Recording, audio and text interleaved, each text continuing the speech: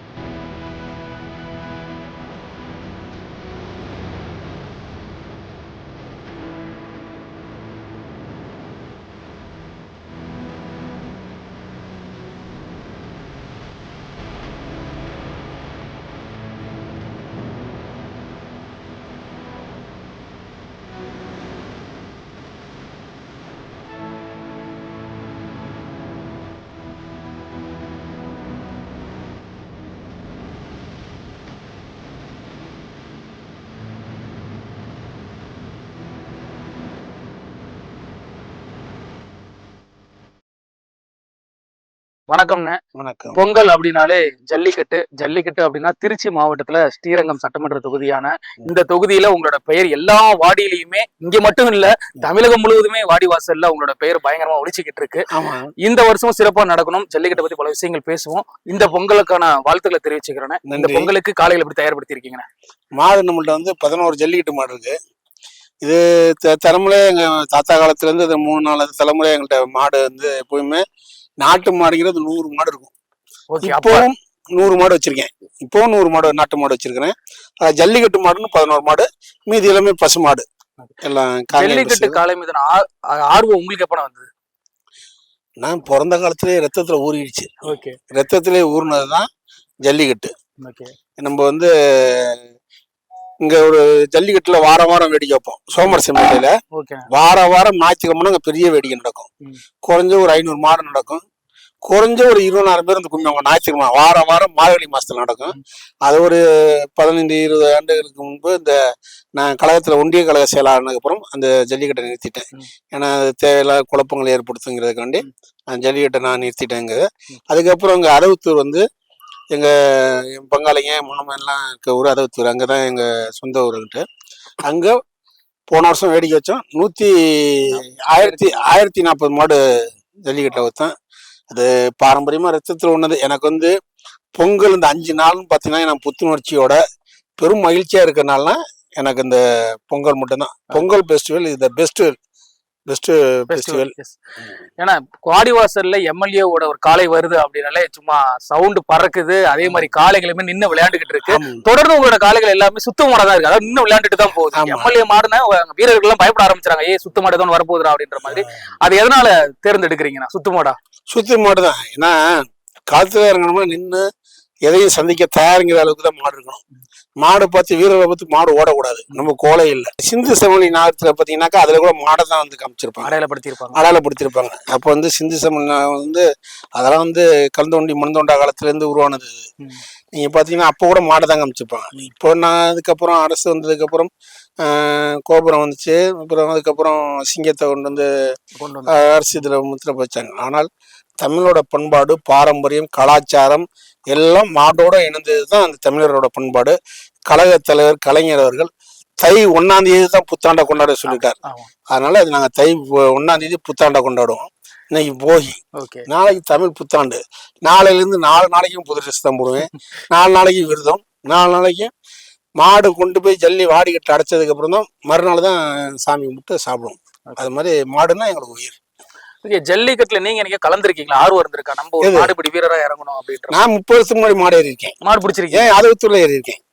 அதவத்தூர்ல ஏறி ஒரு கண்ணார காங்கை மாடு பிடிச்சிருக்கேன், ஏறிட்டேன். அப்புறம் வீட்டுல வந்து என் மனைவி, எங்க அப்பாலாம், எங்க அம்மா எல்லாம் ரொம்ப அழுவ ஆரம்பிச்சிட்டாங்க. அதுக்கப்புறம் அன்னையில இருந்து மாட்டு வெடிக்கலுக்கே போகக்கூடாதுங்கிறது அவங்களோட கண்டிஷன் காட்டு. இருந்தாலும் அவங்களுக்கு தெரியாம வீட்டுல பேண்ட் சட்டை போட்டு கிளம்பி, இல்லாட்டி வேஸ்ட் சட்டை கட்டி கார் எடுத்து கிளம்பி அப்படியே போய் அங்கிட்டு போய் மாத்திக்கிட்டு கையில கடிக்க வாடிக்கு போயிருவேன். அது மாதிரி நம்மளுக்கு வந்து இந்த ஃபெஸ்டிவல்னாக்கா எனக்கு பெஸ்ட் ஃபெஸ்டிவலும் இதுதான், எனக்கு வந்து ஜல்லிக்கட்டு தான். ஓகே, இப்போ வந்து தொடர்ந்து பல ஊர்ல வந்து ஜல்லிக்கட்டு சிறப்பா நடந்துகிட்டு இருக்கு. உங்களுக்கு பிடிச்சமான ஜல்லிக்கட்டு, இந்த ஊர்ல ஜல்லிக்கட்டுனா எனக்கே போகணும் ஆர்வமா இருக்கும் அப்படின்ற மாதிரி எந்த ஜல்லிக்கட்டு சொல்லி? எனக்கு திருச்சியை பொறுத்த வரைக்கும் நவலூர் குட்டப்புட்டு பெஸ்ட் ஜல்லிக்கட்டு. நவலூர் குட்டப்புட்டு, அதுக்கப்புறம் அங்கே அதவத்தூர் ஜல்லிக்கட்டு, அதுக்கப்புறம் இந்த எங்கள் அலந்தூர்ல ஜல்லிக்கட்டு அதை அருமையாக பண்ணுவாங்க. இப்போ கூட இந்த ஆண்டு 20 ஆண்டு காலமாக தடைபட்டு இருந்த செங்குறிஞ்சிக்கு இந்த ஜல்லிக்கட்டு வாங்கியிருக்கிறேன். முதலமைச்சரின் வழிகாட்டுதல்படி அவர் அமைச்சர் அனிதா ராதாகிருஷ்ணனை பார்த்து அம்மா கொடுத்துருக்கோம். ஒரு கலெக்டர் வந்து கொஞ்சம் ஒத்துழைப்பு கொடுத்து அந்த வேடிக்கை நடத்துறதுக்கு வாய்ப்பு கொடுத்துருக்காங்க. அது மாதிரி என் தொகுதியில் எங்கே ஜல்லிக்கட்டு நடத்தினாலும் பர்மிஷன் வாங்கி கொடுத்துருவேன். அதுக்குள்ள நிதியையும் என்னால என்ன கேட்கறாங்களோ அதை முடிஞ்ச கொடுத்துக்கிட்டு தான் இருக்கேன். ஓகே, இந்த ஜல்லிக்கட்டுலேயே உங்களால மறக்க முடியாத விஷயம், ஜல்லிக்கட்டுனாவே எனக்கு இந்த விஷயத்த மறக்க முடியாது அப்படின்னா எந்த நினைவு சொல்லுவீங்க? ஜல்லிக்கட்டுனா எனக்கு இப்போ மறக்க முடியாத விஷயம்னாக்கா எங்க சின்னவர் எனக்கு மோதிரம் போட்டாருங்க. அதுல அலங்காநல்லூர்ல நம்ம மாடு இந்த மாடு தான் பாஞ்சது. ஓகே, இந்த மாடு பாஞ்சதுல இருந்து எங்க சின்ன துணை முதலமைச்சர் அலங்காநல்லூர்ல அவர் எப்பவுமே இருப்பாரு. எங்க இன்னைக்கு தமிழ்நாட்டுல ஜல்லிக்கட்டை ஊக்குவிக்கிறது யாருனாக்கா எங்க சின்னவர் தான். நீங்க பாத்தீங்கன்னா அலங்காநல்லூர்ல பாத்தீங்கன்னாக்கா பெரிய ஒரு ஸ்டேடியம் கட்டி இது மாதிரிலாம் அமைச்சு கொடுக்கறதுக்கு எந்த தலைவனாலும் முடியாது. நான் நடத்தலாம், அதை பண்ணேன் இதை பண்ணேன், நான் ஜல்லிக்கட்டு. இன்னைக்கு ஜல்லிக்கட்டு பாரம்பரியத்தை வந்து முறைப்படுத்தி வகைப்படுத்தி இந்த ஜல்லிக்கட்டுங்கிறத ரெகுலரா நடக்கிறதுக்கு ஒரு ஆணையத்தை அமைச்சு இன்னைக்கு பாத்தீங்கன்னாக்கா இன்னைக்கு அதெல்லாம் நம்ம பாளைய இது அலங்காநல்லூர்ல கட்டி இருக்கிற ஸ்டேடியத்துல அறிஞ்சு மறக்க முடியுமா? அது இன்னமும் ஒவ்வொருத்தரும் அது மாதிரி கட்ட ஆரம்பிச்சிருவாங்க, ஒவ்வொரு ஊர்லயும் கட்ட ஆரம்பிச்சிருவாங்க. இன்னும் எங்க சின்னவர் வந்து இதுல முனைப்பா இருக்காரு, விளையாட்டு இது துணை முதலமைச்சர் வந்து இதுல ரொம்ப முனைப்பா இருக்காரு. அதுல வந்து இந்த கலாச்சாரமும் பண்பாடும் களையக்கூடாதுங்கிறதுல வந்து எங்க சின்னவர் நல்லா இருக்காரு. அதனால முதலமைச்சர் அருமையா பண்ணிட்டு இருக்காரு. அமைதியான முறையில நல்ல முறையில கூப்பிட்டு இந்த பொங்கலுக்கு எல்லாம் பாத்தீங்கன்னாக்கா மக்கள் சொன்னாங்க பொங்கலுக்கு இன்னும் நிதி கொடுக்கலன்னு. தமிழக முதலமைச்சர் சராசரி ஒரு குடும்பத்திற்கு மாதந்தோறும் 3000 போறாப்புல வழி பண்ணியிருக்காரு. குடும்ப தலைக்கு ஊக்கத்தொகை 1000, அங்க தமிழ் புதன்கிறதுல ஒரு 1000 பேரும், அப்புறம் பாத்தீங்கன்னாக்க புதுமை பெண் திட்டத்துல 1000 பேரும், 3000 பேரும். இப்படி ஒரு அரசு. அது மாதிரி தமிழக முதலமைச்சர் இருக்கிற வரைக்கும் இந்த தமிழக பண்பாடும் கலாச்சாரம் எந்த காலத்தையும் அழியாதுங்கிறதுக்கு இதெல்லாம் ஒரு எடுத்துக்காட்டு. ஓகேண்ணா, இப்ப நீங்க நாட்டின காளைகள் கிட்டத்தட்ட ஒரு 100க்கு மேல வச்சிருக்கிறதுனால உங்கள்ட்ட கேள்வி கேட்கிறேன். பல இடங்கள்ல வந்து ஜல்லிக்கட்டு காளைகள் அழிஞ்சிட்டு வருது, பல இனங்கள் வந்து அழிஞ்சிட்டே வருது அப்படின்ற மாதிரி சொல்லிட்டே இருக்காங்க. அதுக்கான காரணம் என்ன நினைக்கிறீங்க? அது இப்போ வந்து ஒரு மாடெல்லாம் வச்சு பராமரிக்கிறது கொஞ்சம் கஷ்டப்படுறாங்க விவசாயிகள். வந்து முன்னாடி சொன்னாங்க உழுதுண்டு வாழ்வார் தொழுதுண்டு எல்லாம் பின்சில் வரணும். ஆனால் உழவு தொழில வந்து இப்போ வந்து எங்கள் முதலமைச்சர் வந்ததுக்கு அப்புறம் தான் உழவுக்குன்னு ஒரு தனி ஒரு பட்ஜெட்டை கொண்டு வந்து ஒரு அமைச்சர் அமைச்சிருக்காரு. உழவு வந்து உற்பத்தி நம்ம பண்றோம்னா உற்பத்தியில இடைத்தரகர்கள் தான் போறாங்கன்னு விவசாயிக்கு பலன் கிடையாது. அதெல்லாம் மாடு வளர்க்குறதுல வந்து ஒரு இன்ட்ரெஸ்ட் எல்லாம் பெறாங்க. இப்போ நான்லாம் இந்த நாட்டு மாடு அழிந்து விடக்கூடாது என்பது காரணத்துக்காக தான் 100 மாடு வாங்கி வச்சிருக்கிறேன். என்னது 100 மாடு? என் பேரங்காலத்துக்கு மாடு இருக்கணும். ம். ஒரு தாய் வயிற்றுல பிறக்கிறது வந்து சிரமங்கிறனால நாங்கள் பல தாய் வயிற்றுல பிறந்து ஒரே திராவிடர்கள் ஒன்று சேர்ந்துருக்குங்கிற மாதிரி எங்களுக்கு தலைவர், அதுக்கப்புறம் சின்னவர், அது மாதிரி எங்களுக்கு தலைவர்கள் அந்த கண்ணுக்கு எட்டிய தூரம் எங்களுக்கு தலைவர்கள் இருக்காங்க, தொண்டர்கள் இருக்காங்க. திராவிட முன்னேற்ற கழக ஆட்சி வீர நடைபோடும். 25 ஆண்டு காலம் திமுக ஆட்சி நடைபெறும். அதுக்கப்புறம் எங்க இன்மொழிதி வருவார், அதுக்கப்புறம் தொடருவார், 100 ஆண்டு காலம் தொடருவோம். ஓகே, ஜல்லிக்கட்டு சம்பந்தம் நிறைய விஷயங்கள் பேசிக்கிட்டு இருக்கோம்.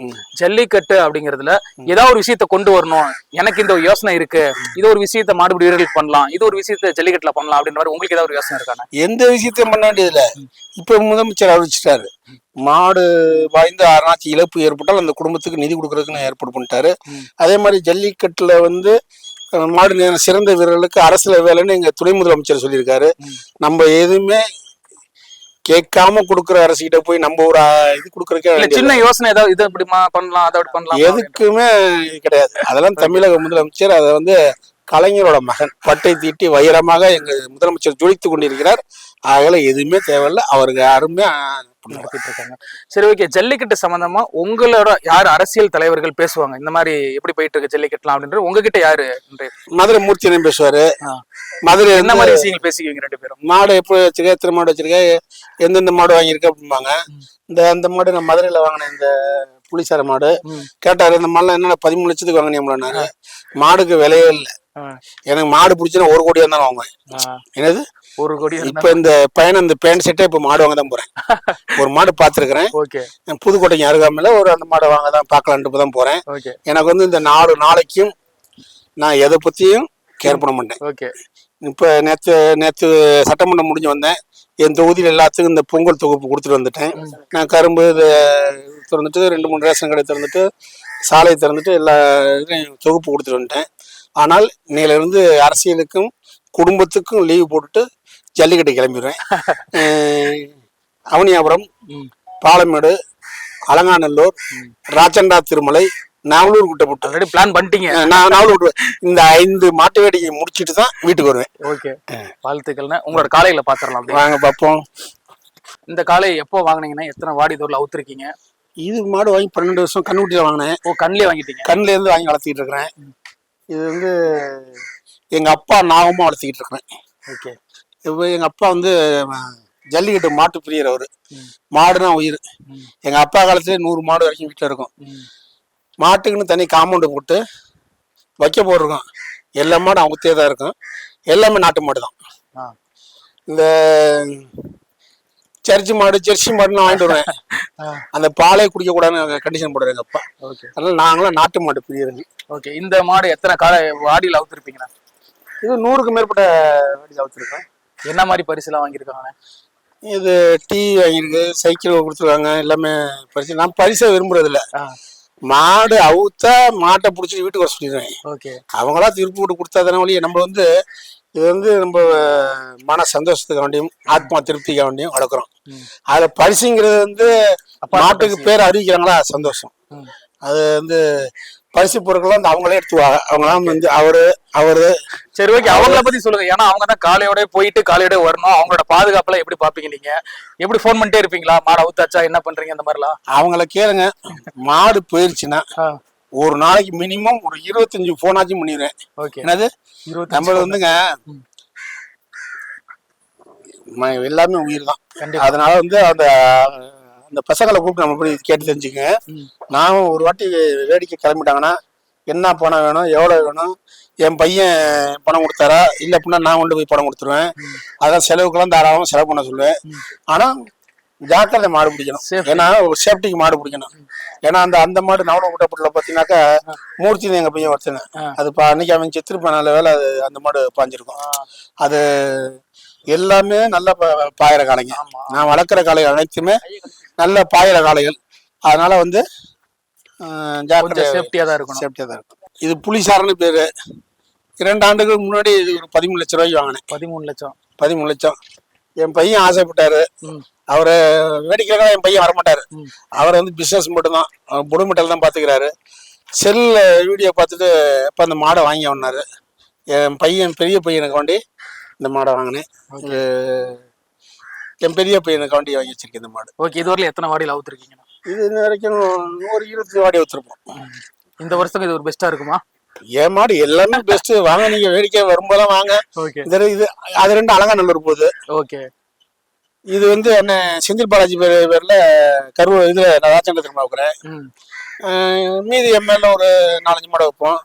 அதனால எல்லா வேடிக்கையும் எப்படி மேனேஜ் பண்றீங்கன்னா? இத்தனை காலையில வச்சிருக்கீங்க, ஏகப்பட்ட இடத்துல ஜல்லிக்கட்டு நடக்குது, இந்த மாடு அங்க போகணும், இந்த மாடு அங்க போகணும், எப்படி மேனேஜ் பண்றீங்க? அதெல்லாம் வந்து பசங்க பார்த்துவாங்க. மாட விஷயத்தை பத்தி அந்த பையன் கல்யாணம் சின்ன புள்ள இருந்து என்கிட்ட இருக்காரு. இவன் சின்ன புள்ள இருந்திருக்கான், அவனும் சின்ன புள்ள இருந்து நம்மகிட்ட தான் இருக்கானுங்க. இவனுங்களுக்கு எல்லா நம்பரும் தெரியும். அவனுக்கு 3 பேத்துக்கும் தகவல் வந்துடும். இன்னைக்கு வேடிக்கைன்னு எப்படியாச்சும் மாடு மாடை அடைச்சி அவனு ரொம்ப ரெக்வஸ்ட் பண்ணி கேட்டாங்க. உடனே இந்த இடத்துக்கு இந்த மாடு போகணும், இந்த மாடு போகணும், அவங்களே முடிவெடுத்து சொல்லிடுவாங்க. டிசைடிங்லாம் அவங்க தாட்டி நம்ம மாடு வளர்க்குறது. எனக்கு மனசு சரியில்லைன்னா வந்து செத்த சேரப்படும் மாட்டை பார்த்தனாவே எனக்கு அனைத்து சோகங்களும் கஷ்டங்களும் தீர்ந்தோம். இந்த மாடுதான் எனக்கு உயிர். அங்க என்னதான் அரசியல்ல இருந்தாலும் நேரா இங்க வந்து பார்த்து மனசு திருப்பி.